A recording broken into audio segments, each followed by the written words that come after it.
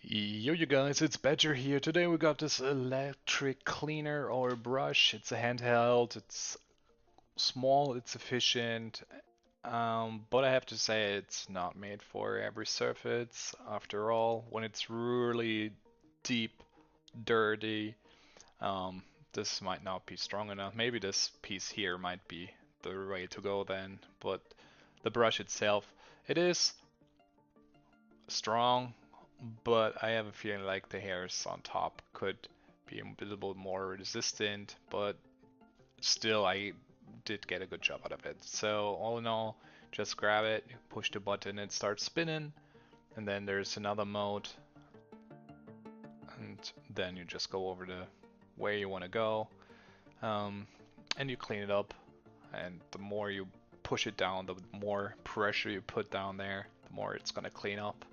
And that's basically what this is all about. And maybe that helped, maybe not. I will see you in the next video.